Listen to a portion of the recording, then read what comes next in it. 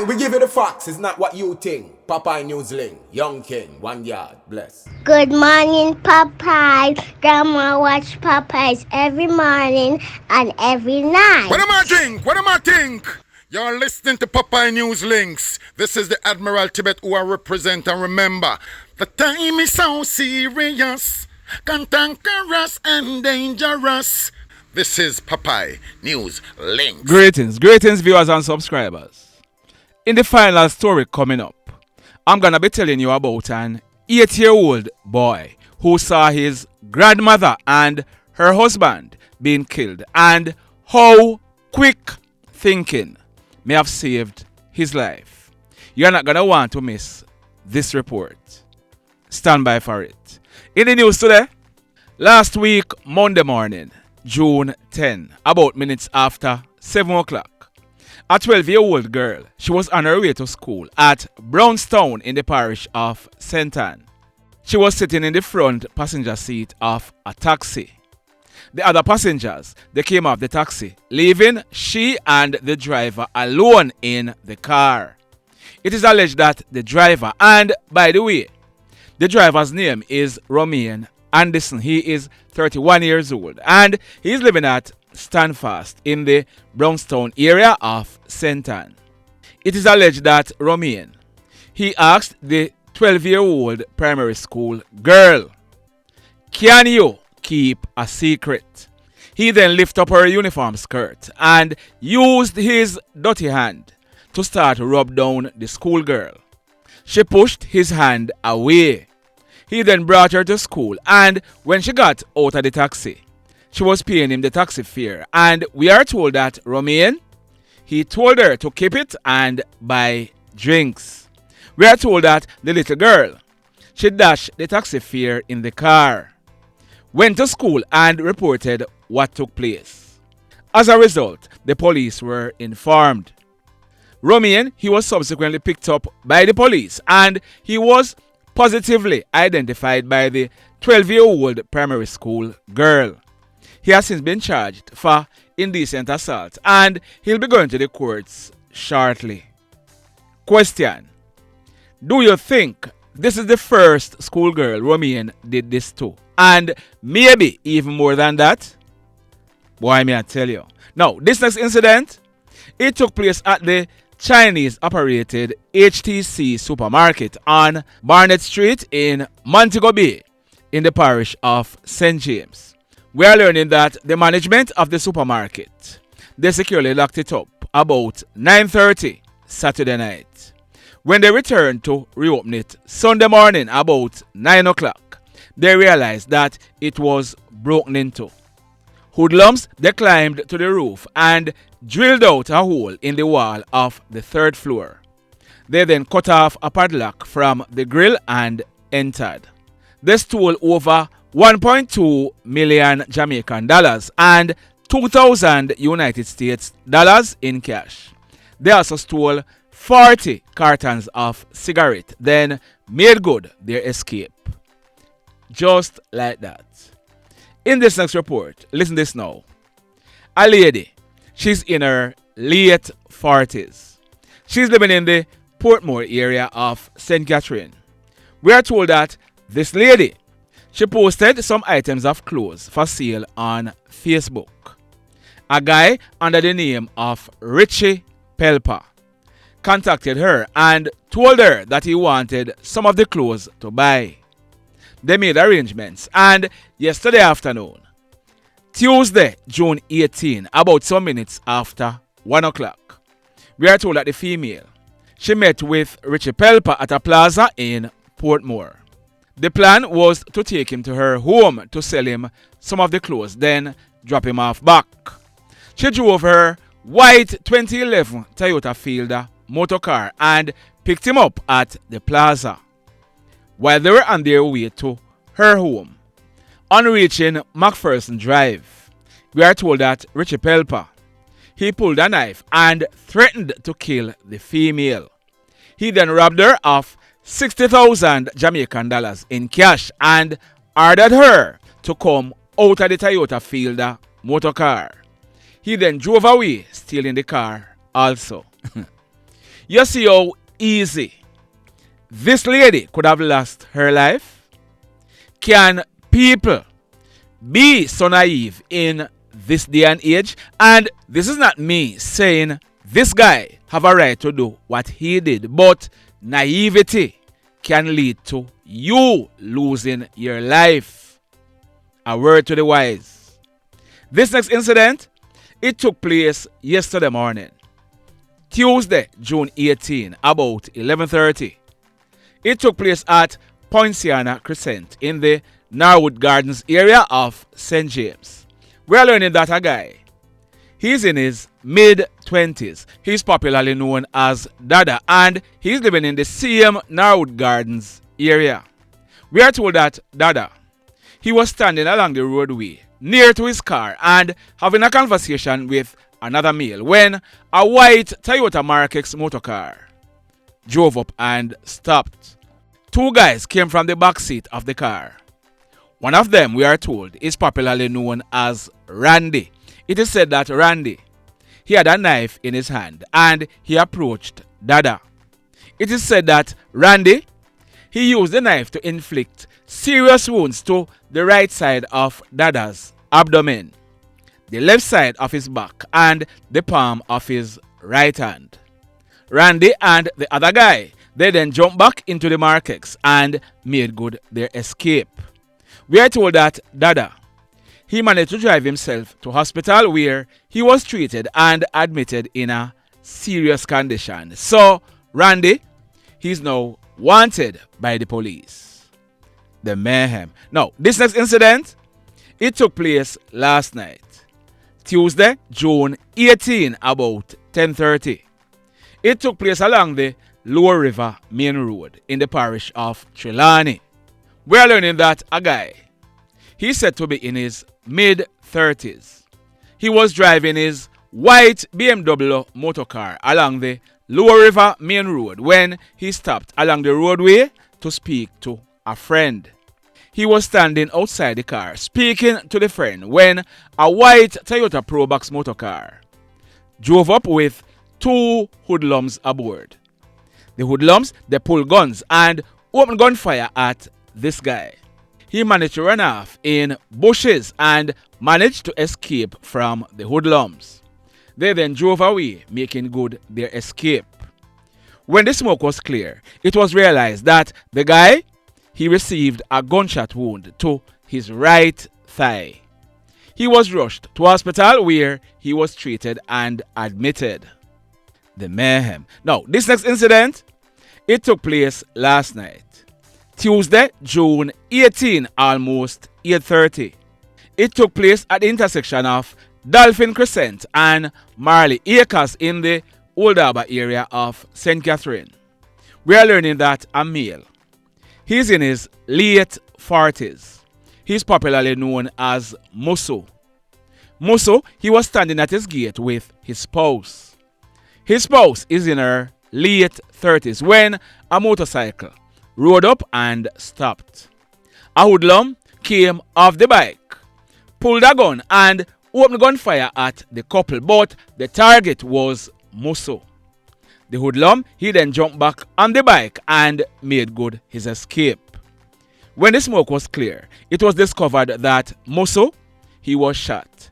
He received gunshot wounds to the left and right sides of his chest and the left and right sides of his right thigh.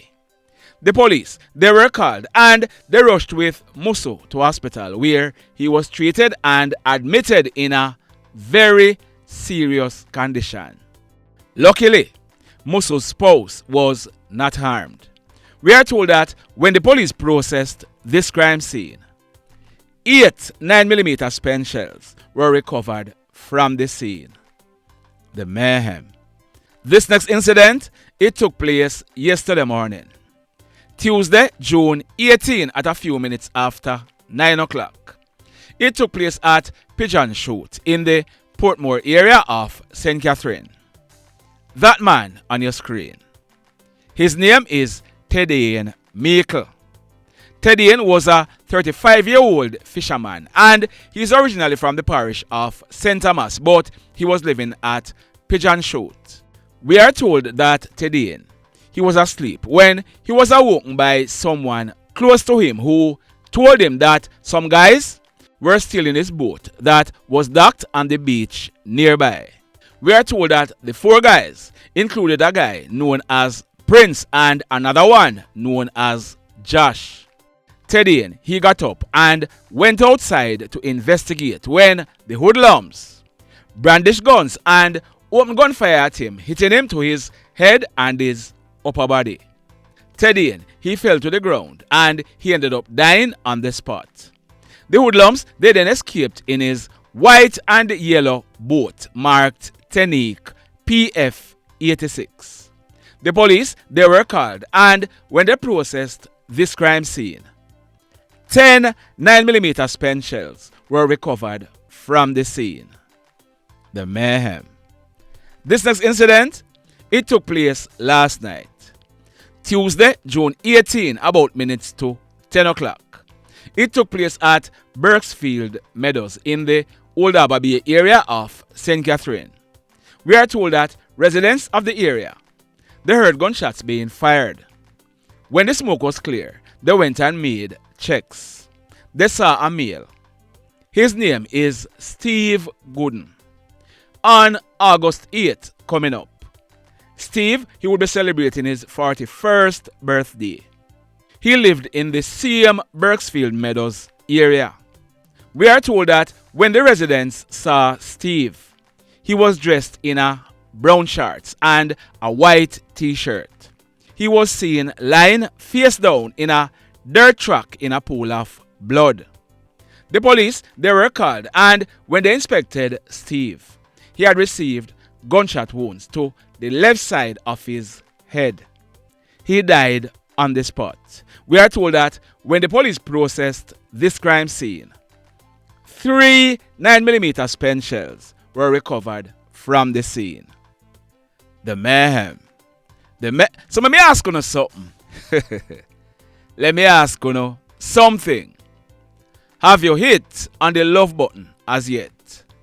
If you have not yet done so, remember to hit on it. Also, if you are over here watching our videos and you have not yet subscribed, hit on the subscribe button. As also, hit on the notification bell. Then click all, so that whenever we drop a new video, you will be one of the first to be notified. In the final story for today, I'm going to be telling you how the quick thinking of an 8-year-old boy saved his life.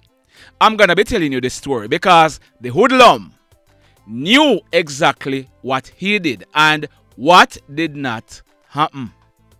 I am hoping that the family of this youngster move him out of the area because based on what took place, this hoodlum will be looking for him. So the lady on your screen, her name is Merlene Daley Hall. On November 19, coming up, Merlene, she will be celebrating her 57th birthday. She was a mother and a grandmother. We are getting reports that Merlene, she recently lost 2 grandsons to traffic accident. Merlene, she was a member of the Seventh-day Adventist Church in the area. She was also said to be a hard-working lady who sells farm produce in the Savannah Lamar market. That man on your screen, and that's the best photo I could get of him. His name is Kirk Hall. We are told that in former days, Kirk, he used to be called Rasta because he used to wear dreadlocks. On April 19, just gone, Kirk, he celebrated his 36th birthday. We are told that some time ago, Kirk, he was involved in hoodlum activities. He also spent some years in prison for gun-related charges. It is said that over time, Kirk, he cleaned up his life and he started doing some serious farming. He also started going to church where he met and entered into a relationship with Merlene. They got married about 3 years ago. Now, for whatever reason, it appears as if a hoodlum wanted Kirk, and he decided that he was gonna kill Kirk and anyone else who was around him. Listen this now, and listen carefully. About 4 o'clock yesterday morning, Tuesday, June 18, Kirk and his wife, Merlene, they were at home fast asleep. Merlene's 8-year-old grandson, he was also asleep in another section of the house. A hoodlum who was armed with a gun. He somehow gained entry to the house. He held up both Kirk and Merlene and commanded them into the kitchen, where he told them to kneel down. Merlene's 8-year-old grandson, he was awoken by the commotion. So the grandson, he got up and he made checks. When he looked, he saw his grandmother and her husband kneeling down on the floor in the kitchen, and the hoodlum standing over them with the gun. The hoodlum, he then pumped bullets into both Merlene and Kirk's head. The grandson was very frightened to see what just took place, so he made a sound. The hoodlum, he saw the grandson, and what did he do? He turned the gun on the 8-year-old boy and opened gunfire at him. The 8-year-old boy, he did some quick thinking, because even though the bullets missed him, he fell to the ground and lay still like he was dead. Are you following me? We are told that the hoodlum, he went over and looked at the 8-year-old boy. Then he went back over to where Kirk and Merlene were on the floor. He then threw kerosene oil on them and set them ablaze. He then left out of the house. When the hoodlum left, the 8-year-old boy, he got up and ran out of the house. The house was eventually burnt down. A team of firefighters from the 7LMR fire station, they responded and they carried out cooling down operation. When they were finished, the charred remains of both Kirk and Merlene were found in the burnt out house.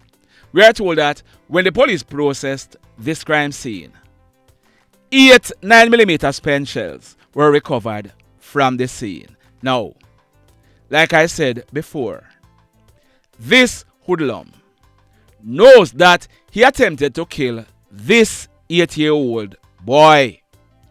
This hoodlum, he knows that this 8-year-old boy is still alive.